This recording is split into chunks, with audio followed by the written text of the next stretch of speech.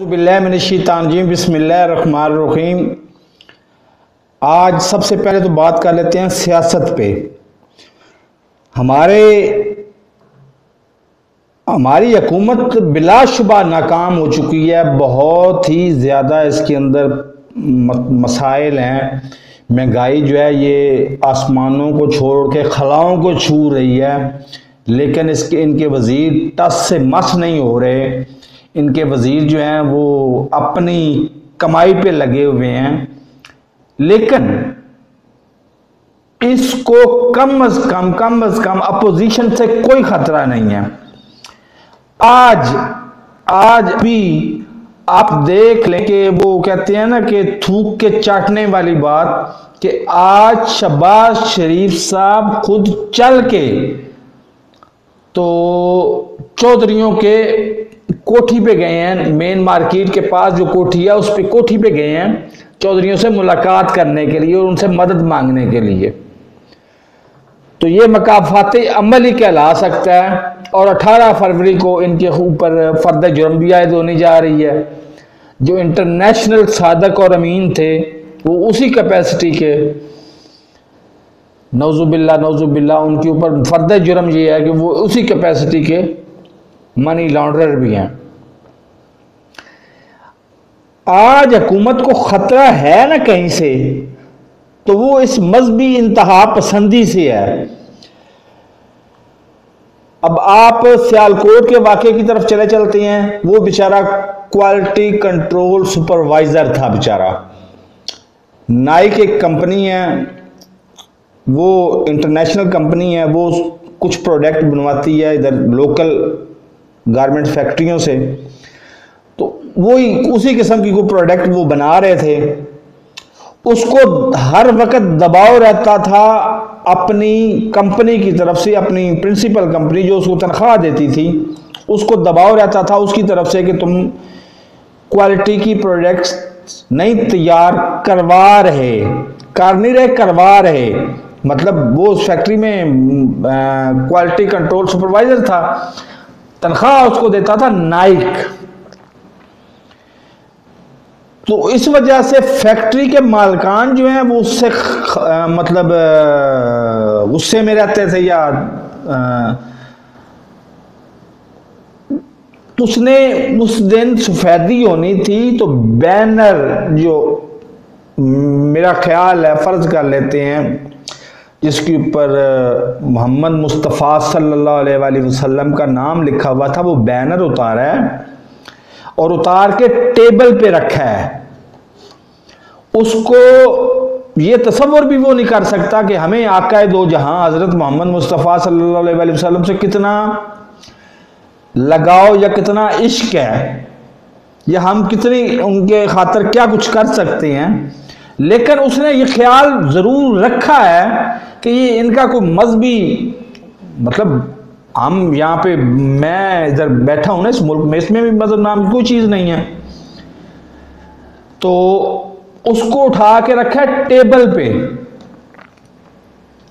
उधर फौरन meeting call कर ली गई है, इसने तौहीन रसालत कर दिया, तो इसने फलां कर दिया, तो ये कर दिया, वो कर दिया, और उसको वो बेईमाना तरीके से। और मारने वाले कौन थे?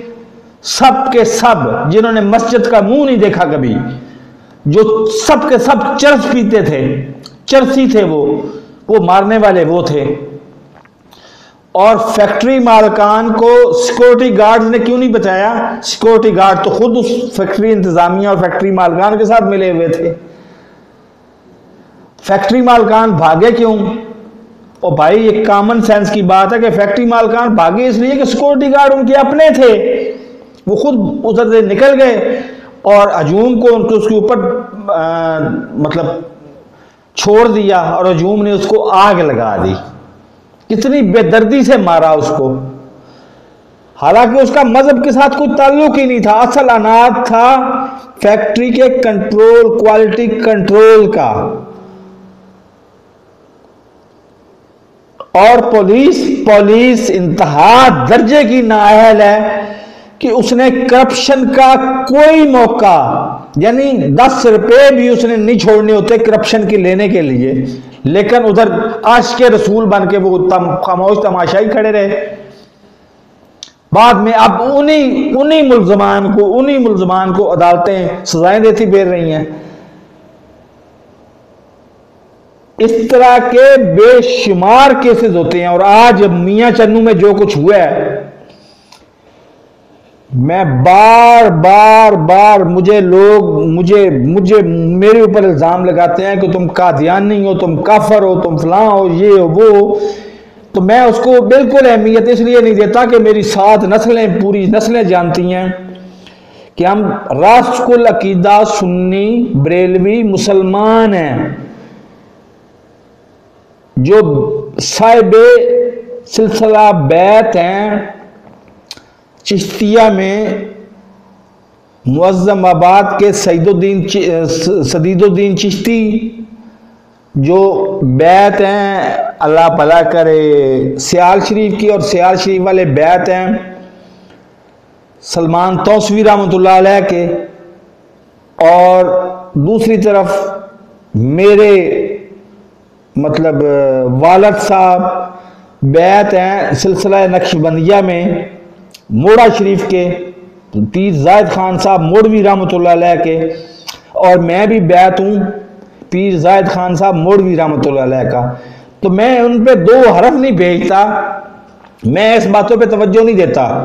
मुझे आप काफिर करार दे दें, लेकिन खुदारा ये तो सोचें, मेरी आंखों में आंसू देखें कि हजारों केसों में अगर फर्ज करो, मुझे उस केस का जाती तौर पे नहीं पता, फर्ज करो अगर आसिया का केस सच्चा केस था, उसने सचमुच तौहीन रसालत की थी, तो क्या आज अगर आलमी मीडिया पिटता है कि ये मजहबी दहशतगर्द हैं, तो क्या वो सच्चा नहीं है? वो सच्चा है। खुदारा कानून को हाथ में मत लें, रिपोर्ट करें जाके कि ये इसने तौहीन कुरान की है, इसको पकड़ो और उधर शहादतें दें। शहादतें देने के लिए आपको 50 दफा जाना पड़े, 50 दफा आप जाएं और शहादतों के जरिए कानून को कायम करें और कानून के जरिए उसको सजा दिलवाएं। आप अपने हाथ में कानून लेने वाले होते कौन हैं? मेरे इस चैनल को सब्सक्राइब नहीं किया तो सब्सक्राइब कर लें, साथ लगे बेल आइकन को दबा के ऑल नोटिफिकेशन को ऑन कर दें। मेरी बदकिस्मती ये है कि एक तरफ नून लीग मुझे कहती है कि तुम दुश्मन हो पाकिस्तान के, तुम पीटीआई की हमायत करते हो, और पीटीआई वाले कहते हैं कि तुम दुश्मन हो, तुम 24 घंटे तनकीद हम पे करते हो।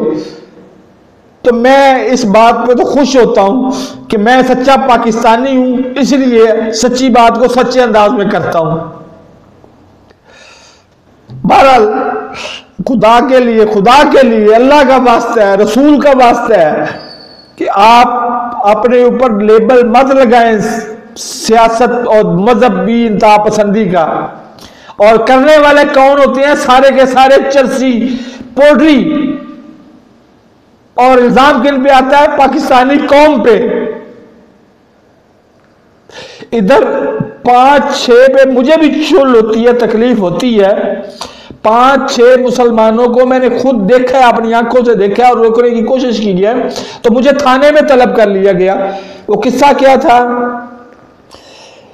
कि वो सोए हुए हैं फुटपाथ पे। फुटपाथ से मुराद ये कि जी वो जो होता है ना बस स्टॉप, उसके बेंच पे, तो नीचे फुटपाथ के नीचे उन्होंने टूटा फूटा कुरान पाक रखा हुआ है। वो जो सुबह उठाएंगे और जाके घर घर मांगेंगे। ये मुसलमान मुल्क तो है नहीं, ये क्रिश्चियन मुल्क है। तो मैंने 2-4 दफा रात को जाके ना वो कुरान पाक वहां से उठाने की कोशिश की है, सिर्फ उस बंदे को हाथ तक नहीं लगाया। एक बंदा मेरे गले पड़ गया, पुलिस वाले आगे, पुलिस वाले उठा के मुझे थाने ले गए। तो बड़ी मुश्किल से मैंने जान छुड़ाई, ये कह के कि मैंने इसको तशद्दुद का निशाना नहीं बनाया, मैं इसके साथ दस्तो गिरेबान नहीं हुआ, मैंने सिर्फ तौहीन कुरान को आज भी अगर किसी को शक है ना, तकलीफ है ना, आज भी आए बताए मुझे, आज भी वो कुरान पाक वहीं पे रख के सोता है और हम कुछ नहीं बिगाड़ सकते उसका। लेकिन क्या हम उसको देखते हुए क्या हम कुरान पाक की तौहीन करें? हम तसव्वुर भी नहीं कर सकते। उसका मजहब उसके साथ, हमारा मजहब हमारे साथ, तो क्यों नहीं? खुदा के लिए मेरी आंखों में आंसू हैं, इस आंसुओं का कुछ ख्याल कर लें और तौहीन रसालत की आड़ में अपनी मजहबी अनाद को मत, अपने जाती अनाद को मत मजहबी अनाद में बदलें। मेरे चैनल को सब्सक्राइब नहीं किया तो सब्सक्राइब कर लें, साथ लगे बेल आइकन को दबा के ऑल नोटिफिकेशन को ऑन कर दें ताकि मेरी हर नई आने वाली वीडियो का नोटिफिकेशन बर वक्त आपको मिल सके। अल्लाह हाफिज।